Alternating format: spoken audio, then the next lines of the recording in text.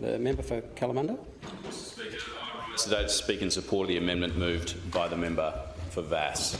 And I will. Our health system, our hospital system has been a core part of my life. It's not just something I've turned to in moments of illness, injury or vulnerability. It's a thread that has run through my upbringing, my career and my calling. For me, health is not just a profession, it is a passion.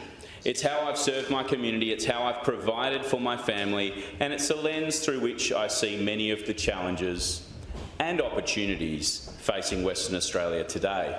My father, my brothers, and for the better part of 2 decades, I myself have worked in this space. From community pharmacy to our major hospitals, to emergency departments, to complex statewide reform, health has been my vocation and my contribution. I've spent years in the system, not observing from the sidelines, but working deep within it. I've felt its pressure points, navigated its bureaucracy, and witnessed firsthand the brilliance and the burnout of people who hold it together. And I began this journey in this very place I now have the honour of representing, Kalamunda. My first job as a pharmacist was in our Hills community. Those early days taught me that health isn't abstract, it's local, it's personal, it's about listening to people's stories and being there for them when they need you most. Starting my career in Kalamunda was just the beginning. Prior to entering Parliament, I served as the Chief Pharmacist for the WA Country Health Service. An extraordinary responsibility and one of the most formative experiences of my life. WACS is not just large, it's incomprehensibly large. It covers more than 2.5 million square kilometres, making it the largest geographic health service in the world. Leading the pharmacy portfolio across such a massive and complex system was never going to be easy. But doing so in the midst of a once-in-a-century pandemic was something else entirely. During COVID-19, there were no manuals, no precedents. We had to build the plane while flying it. Ensuring access to critical medicines in remote Aboriginal communities, reconfiguring supply chains on the fly, sometimes literally, and keeping vulnerable patients safe in places where there wasn't always a hospital down the road. It was tough, it was humbling, and it reaffirmed every single day how important a resilient, well-supported public health system really is. I hope you don't mind, Mr. Speaker, but many of these stories and reflections I look forward to expanding upon in my inaugural speech in a few weeks' time. But for the meantime, and as I work against convention in speaking in this place before the occasion is formally permitted, I felt it important to highlight just how deeply I understand our hospital system. Not from briefings or from reports, but from years at the coalface. Caring for young men and women who've received heart transplants, charting medication regimens, conducting medication reconciliation in high-pressure settings, managing cold chain logistics across regional supply networks and supporting frontline clinicians to ensure therapeutic decisions were safe, timely and effective. I've had to work within tight formularies, help patients navigate the PBS, train doctors and nurses, and make judgment calls on polypharmacy risks in some of the most isolated communities in our country. These aren't abstract concepts to me, they're the reality that I've lived. And they're why I come to this place determined to make our health system better. Something I know I share with the member for Vass, Deputy Liberal Leader and Shadow Minister for Health. Ms Medham has long been a tireless advocate for health reform in Western Australia. Throughout the last Parliament, her determination and unwavering commitment to better outcomes in health gave voice to those within the system who often go unheard. The nurses on double or triple shifts, the rural GPs doing it all, the paramedics ramped outside emergency departments for hours and hours on end, What set the member for Vass apart wasn't just the substance of her advocacy, but the spirit with which she carried it out. For those of us who have lived and worked in the health system, her voice was more than refreshing. It was essential. It's no small thing to shine a light into a system under pressure, to push for change while honouring the work of those holding the line. The member for Vass did that, and she did it with a level of integrity and a level of resilience that inspired many, including me. I'm proud to stand alongside her in this parliament, and I'm determined to do all I can to support her in her portfolio responsibilities as we work together to build a health system that better serves every Western Australian, from the CBD to the most remote corner of this beautiful state. And this goes to the heart of why I'm supporting this amendment today. Health is in crisis in Western Australia, and we need to be doing all we can to address the failures that are impacting every corner of our state. For years now, WA Labor has presided over a system under immense pressure, and it is ordinary West Australians who have paid the price. Ambulance ramping is at unprecedented levels. When WA Labor first won government in 2017, I was a heart transplant pharmacist at the time, the monthly ambulance ramping figure for March was 641 hours. Not quite at the level the then Shadow Health Minister and now Premier described as a crisis, which he defined at the time as anything above 1,000 hours.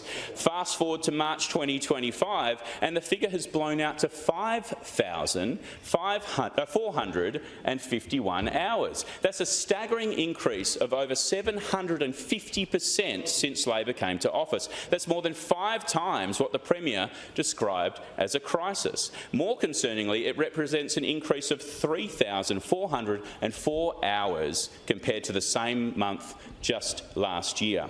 This problem isn't getting better, it's getting worse. Our emergency departments are overcrowded and stretched to breaking point, sometimes beyond. I should know. I spent close to 6 years as a senior pharmacist at Royal Perth Hospital. I also served as a lead pharmacist during the commissioning of Fiona Stanley Hospital and then as a lead pharmacist in advanced heart and lung care for over 6 years. I've dedicated 16 years of my professional life to West Australia's hospital system, from major tertiary centres to smaller facilities like Kalamunda Hospital and Swan Districts Hospital. And I can say without hesitation, I have never seen our system so stretched, so under-resourced and so understaffed as I do today. Never. Frontline health workers are operating under conditions that no professional should ever be expected to tolerate. Nurses are being asked to pull triple shifts just to keep wards running. Patients are being treated in corridors stripped of privacy and dignity and the care they so rightly deserve. And shift after shift, doctors are left picking up the pieces of a system buckling under pressure. And yet, despite all this, we continue to hear spin from the government benches instead of the structural reform the system so desperately needs and so desperately craves. Why are we the only state in Australia without an electronic medical record? Staff come from all over the world to work here. We ask them to come here to work because we have shortages of staff in our hospitals. But we're embarrassed to show them how they have to write in a little book or on a piece of paper into a medical record that then gets stored somewhere in a basement of a hospital or somewhere else. It's embarrassing. Meanwhile, we have allied health staff, including pharmacists, eagerly awaiting an opportunity to work to their full scope. They want to help, but they're hamstrung by this place. They are hamstrung. The Sustainable Health Review in 2019 made it very clear, and countless reviews since, that we need to be permitting our health professionals to work at their full scope. Let them do it. But they are hamstrung by this place. I have had staff leave health, completely leave our hospital system and health entirely because they can't work at their full scope. They go into completely different industries because they feel frustrated by being constrained by a system where they know they can help. It might surprise some in this place, including maybe on this side of this place, but it was that negligence, those failures in the health system that drove me to join the union movement. Unions exist to fight for better outcome for workers, and the outcomes I witnessed were appalling. Staff walkouts, unsafe workloads, zero support.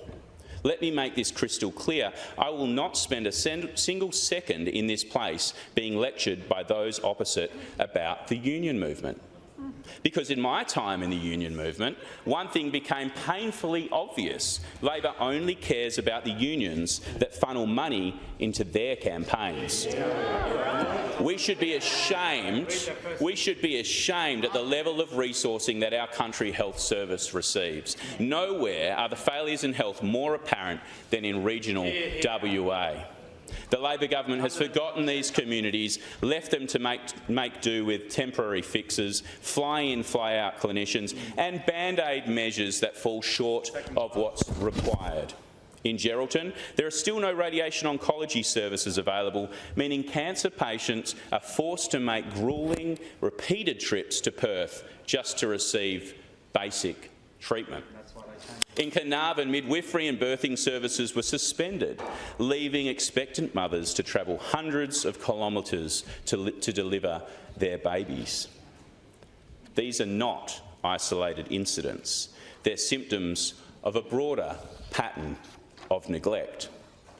Hospitals across the country health service are critically understaffed, and rural Western Australians are being forced to travel hours for care, or worse, go without it altogether.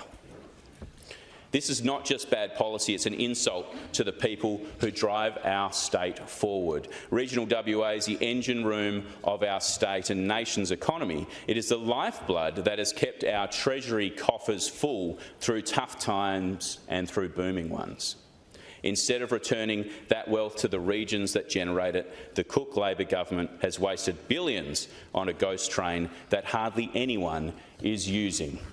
Instead of pouring taxpayers' money into empty carriages and underused stations, we should be investing in doctors, nurses, hospital beds, allied health, innovative care models in the places where they're urgently needed. It's not complicated. We don't need more spin. We need more services. It's time regional WA stopped being treated as an afterthought and started being treated like the powerhouse it is. Because when regional communities thrive, the whole state benefits. Just a few weeks ago, while standing beside the Prime Minister, the Premier proudly declared his ambition for Western Australia to be the healthiest state in the nation. With all due respect to the Premier, if this is what the government considers progress, then it's clear how out of touch they've become. Because for the patients stuck in the back of ambulances, for the families waiting desperately in overcrowded emergency departments, and for the health professionals stretched beyond their limits, the lived reality is anything but healthy. If the Cook Labor government is serious about making Western Australia the healthiest state in the nation, they should heed the call of the WA Liberal Party and begin implementing the practical, people-focused policies we took to the election. Royal Perth Hospital doesn't need a band-aid fix, it needs a rebuild. It's clearly no longer fit for purpose as our state's flagship hospital and trauma care unit. If we want to lead the nation in health, then our central hospital must lead the nation in care, in capability and in clinical excellence. We don't need another temporary upgrade. We need vision and we need commitment. Our St John urgent care clinic policy is another example of how we can relieve pressure on our emergency departments by giving patients more options. By treating non-life-threatening conditions in well-equipped, accessible clinics, we free up our doctors and nurses to tend to patients who truly need critical care. That's how we reduce ambulance ramping. That's how we return paramedics to the road where they belong. Our Cancer at Home policy would have delivered real change, not just for hospitals, but for people. People-centred care. It would have allowed cancer patients to receive treatment in the comfort and dignity of their own homes, supported by qualified health professionals.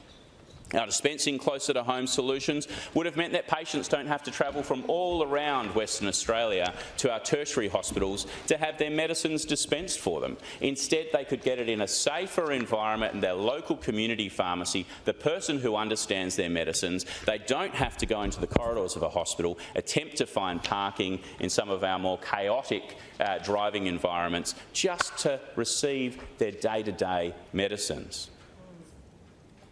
This isn't just compassionate policy, it's smart public health. It reduces hospital demand, improves quality of life, and reflects a modern, patient-centred approach to care. These are the kinds of solutions Western Australians are asking for: practical, proven, and ready to go. And while we will always hold this government to account, we're also willing to work with them. Because if there are ideas that can genuinely improve outcomes for the people of this state, whether they come from this side of the chamber or the other, we should seize them. We have a responsibility to seize them. Ultimately, the goal is not political point scoring. The goal is better health outcomes for all Western Australians. That's what the people of this state expect, and that's what they deserve. Thank you, Member for Kalamunda.